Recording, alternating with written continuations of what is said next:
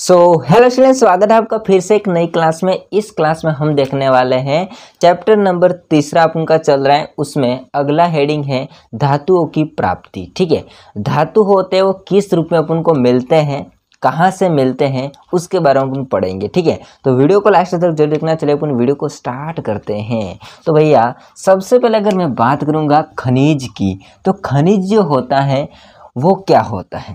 वैसे अगर देखा जाए तो जैसे आपके पृथ्वी के अंदर जो तत्व पाए जाते हैं उस तत्व के यौगिक होते हैं, उनको अपन खनिज कह सकते हैं। और मेरे अनुसार डेफिनेशन ये भी बन सकती है कि अपन खनन क्रिया खोद करके जो पदार्थ निकालते हैं उनको अपन खनिज कहते हैं। ठीक है, यहाँ पर इम्पोर्टेंट है इसकी डेफिनेशन, देखिए ध्यान से, कि पृथ्वी में प्राकृतिक रूप से उपस्थित तत्वों एवं उसके यौगिक को अपन खनिज कहते हैं, मिनरल्स कहते हैं। ठीक है, ध्यान से वापस पढ़िए, पृथ्वी में प्राकृतिक रूप से उपस्थित देखो तत्व एंड उसके यौगिक, उसको अपन खनिज कहते हैं। अब इसी का दूसरा रूप है आपका अयस्क।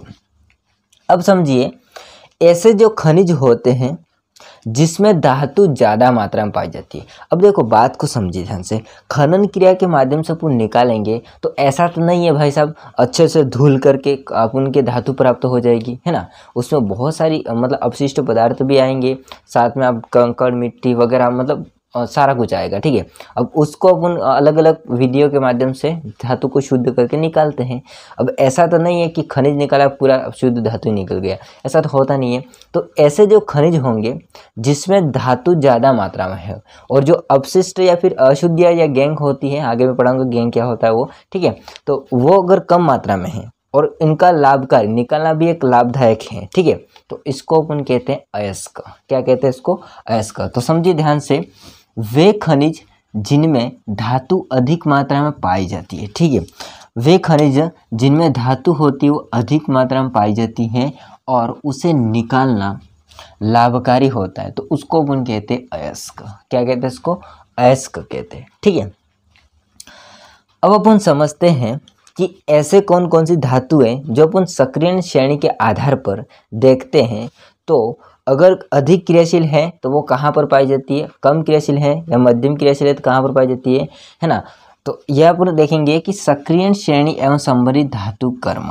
अब अगर देखा जाए सक्रियण श्रेणी के बारे में, तो सक्रियण श्रेणी को डिटेल से मैंने अगले वीडियो में पढ़ा दिया है। उसने आप अगर आपने वो वीडियो नहीं देखा है तो उसका लिंक आपको डिस्क्रिप्शन में या फिर ऊपर आई बटन में मिल जाएगा, या फिर आप यहाँ पर साइड में थंबनेल देख सकते हैं, तो ढूंढ के देख लीजिए इस वीडियो को। ठीक है, तो सक्रियण श्रेणी को मैंने ट्रिक के माध्यम से बहुत अच्छी तरह से समझाया। ठीक है, तो वो देख लीजिए वीडियो को, सक्रियण श्रेणी वाला। इसके बाद में यहाँ पर देखिए भैया, तो सक्रियण श्रेणी एवं संबंधित धातु कर्म की अगर अपन बात करेंगे तो देखो, सबसे जो ऊपर अधिक क्रियाशील होती, सबसे अधिक क्रियाशील धातु होती है उसको ऊपर रखा गया है, फिर उससे थोड़ी कम क्रियाशील धातु उसको बीच में रखा गया है और सबसे कम क्रियाशील धातु को सबसे नीचे रखा गया है। किस में? सक्रियण श्रेणी में। ठीक है, तो यहाँ पर आपका सबसे जो अधिक क्रियाशील धातु है वो हो जाएंगे के, Na, Ca, Mg और Al। ठीक है, Al, potassium, sodium, calcium, magnesium, aluminium, ये सबसे अधिक अभिक्रियाशील धातु हैं। अब देखो, सबसे अधिक अभिक्रियाशील धातु का मतलब क्या हुआ कि अगर देखा जाए तो जिससे वो क्रिया करती है, अगर उसके संपर्क में थोड़े बहुत भी आते हैं ना, तो वो धातु तुरंत अभिक्रिया कर लेती है। जैसे फॉर एग्जाम्पल आपका सोडियम और पोटेशियम होते हैं और वायु के संपर्क में आते ही आग पकड़ लेते हैं। तो इसको सुरक्षित रखने के लिए अपन क्या करते हैं, केरोसिन में डुबो करके रखते हैं। ठीक है, तो यहाँ पर यही बात होगी कि सबसे अगर अधिक क्रियाशील धातुएं हैं सक्रियण श्रेणी के आधार पर, तो वो अगर धातुएं कहाँ पर पाई जाती है, नहीं पाई जाती है, ओपन देखेंगे।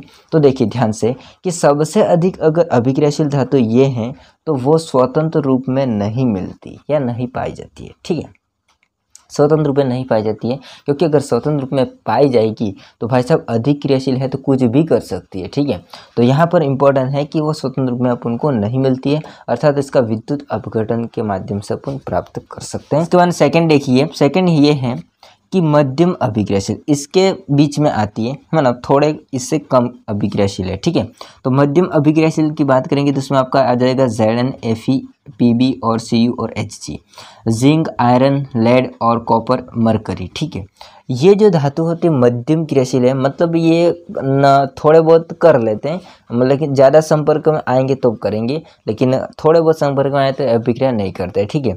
तो ये जो धातु अपन को मिलती है अगर देखा जाए खनिज के रूप में, तो ये सल्फाइड, ऑक्साइड तथा कार्बोनेट अयस्क के रूप में मिलती है, ठीक है।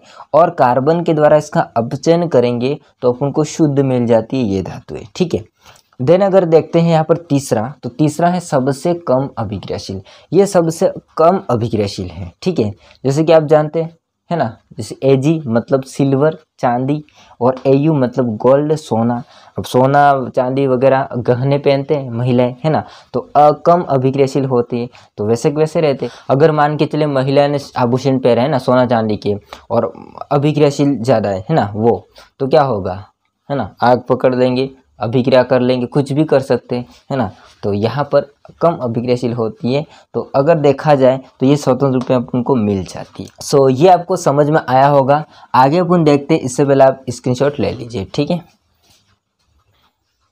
तो दोस्तों अगला आप देख सकते हैं कि धातुओं का निष्कर्षण, जिसमें अपन देखेंगे कि अयस्क से धातु प्राप्त कैसे कर सकते हैं, ठीक है। तो यहाँ पर मैंने एक चार्ट बनाया है और यहाँ पर कुछ चरण लिखे, ठीक है। तो यहाँ पर मैं आपको चार्ट समझाऊंगा, चरण के बारे में बताऊंगा। फिर अपन क्या करेंगे, अगले वीडियो में एक विधि का अध्ययन करेंगे, ठीक है। तो यहाँ पर समझिए ध्यान से कि धातुओं का निष्कर्षण। अब धातु के निष्कर्षण में अपन देखेंगे कि अयस्क से धातु कैसे प्राप्त कर सकते हैं। तो उसके लिए 3 चरण होते हैं। पहला चरण ये है कि जो भी अयस्क है उसका अपन समृद्धिकरण करेंगे, ठीक है। सेकंड चरण में अपन क्या करते हैं, जो धातु होगा उसका निष्कर्षण करेंगे, धातु को निकालेंगे। और तीसरे चरण में अपन क्या करेंगे, धातु का परिष्करण करेंगे, ठीक है, परिष्करण करेंगे, ठीक है। यहाँ पर आप देख सकते हैं कि आपका अयस्क है, उस अयस्क का सांद्रण करेंगे, ठीक है, अयस्क का सांद्रण करेंगे।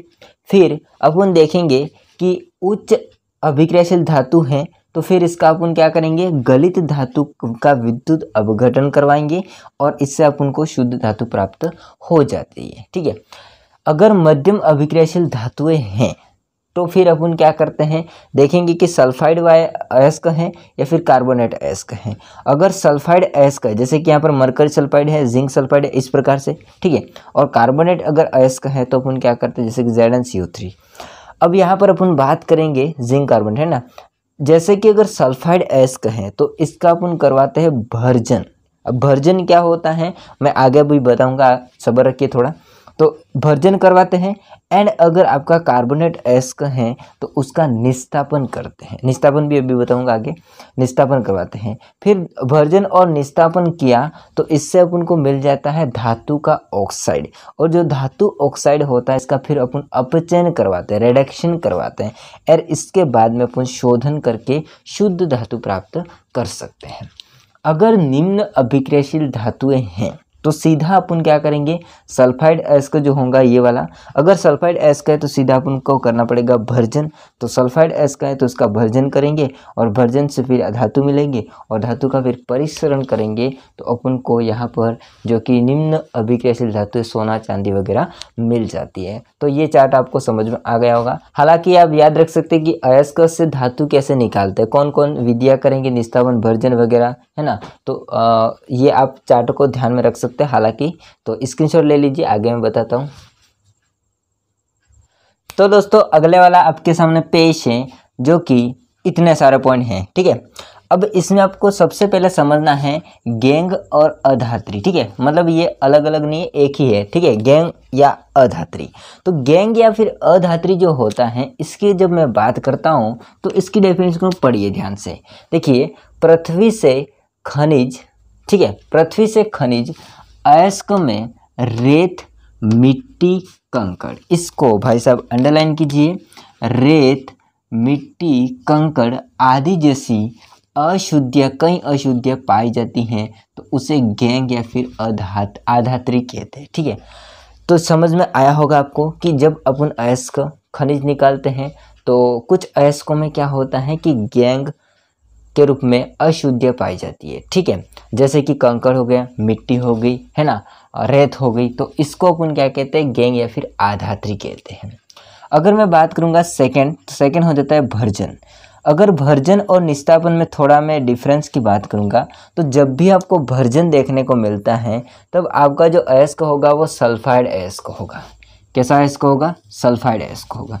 लेकिन जब भी आपको निस्तापन करना है तो इसमें आपको कार्बोनेट अयस्कों को लेना पड़ेगा।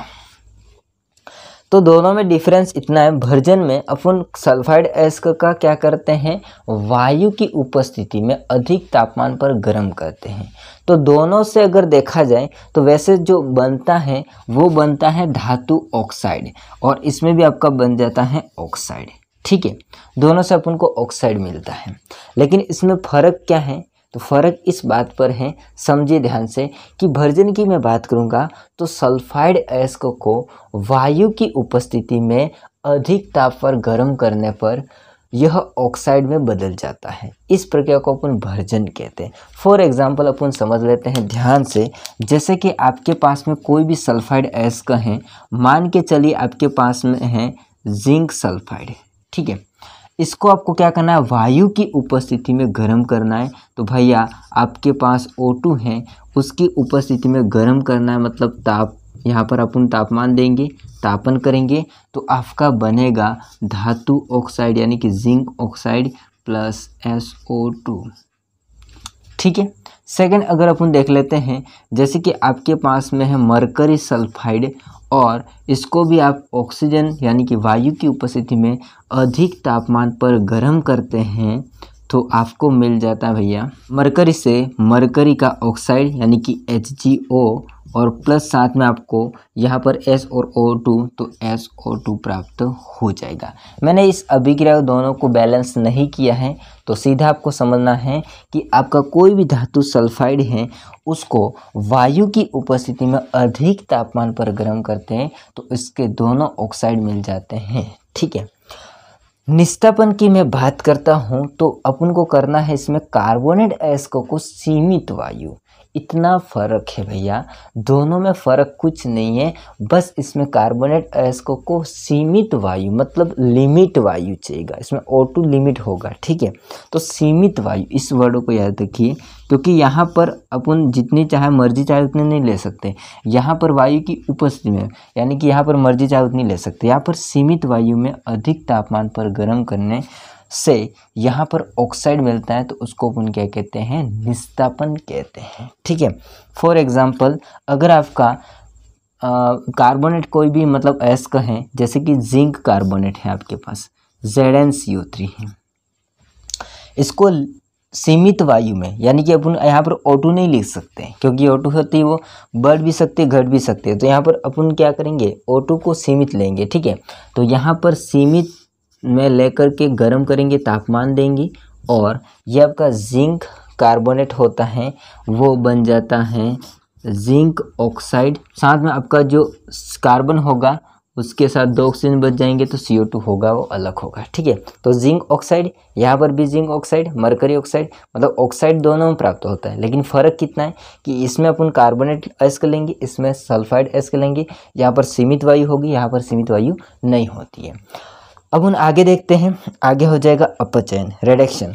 इसमें अगर देखा जाए जो ऑक्साइड बने हैं उसका अपन क्या करते हैं, कार्बन जैसे अपचायक का उपयोग करेंगे और उपयोग करके धातु प्राप्त करते हैं, तो इसको अपन कहते हैं अपचयन। भाई साहब जो ऑक्सीजन होते उसको बाहर निकालना है तो अपन क्या करेंगे, इसका अपचयन करते हैं, रिडक्शन। क्योंकि अपचयन में यही तो क्रिया होती है कि ऑक्सीजन होता है उसका हटना, ये अपचयन कहलाता है। ठीक है, तो यहाँ पर इम्पोर्टेंट बात ये है कि धातु ऑक्साइड होगा, जैसे कि फॉर एग्जांपल मान के चलिए आपके पास में है जिंक ऑक्साइड। ठीक है, और आप कार्बन जैसे अपचायक का उपयोग करेंगे तो भैया आपको मिल जाती है जिंक धातु, और साथ में आपका कार्बन होता है वो ऑक्सीजन को लेकर के अलग हो जाता है कार्बन मोनोऑक्साइड के रूप में। ठीक है, मैं इसको फटाफट से बैलेंस कर देता हूँ। ठीक है, तो दोस्तों मैंने यहाँ पर इसको बैलेंस कर दिया, बाकी बैलेंस नहीं करे तो भी चलता है, क्या बनता है वो ध्यान रखना आप उनको। तो आपको समझ में आया होगा गैंग, भर्जन, निस्तापन और अपचयन, और आगे मैंने जो पढ़ा है वो सारा कुछ। ठीक है, तो आई होप को ये वीडियो अच्छा लगा, वीडियो को लाइक कीजिए, चैनल को सब्सक्राइब नहीं किया तो कर देना। सो दोस्तों मिलते हैं नेक्स्ट वीडियो में, तब तक के लिए जय हिंद, वंदे मातरम, और इसका स्क्रीनशॉट ले लेना। ठीक है, टेक केयर।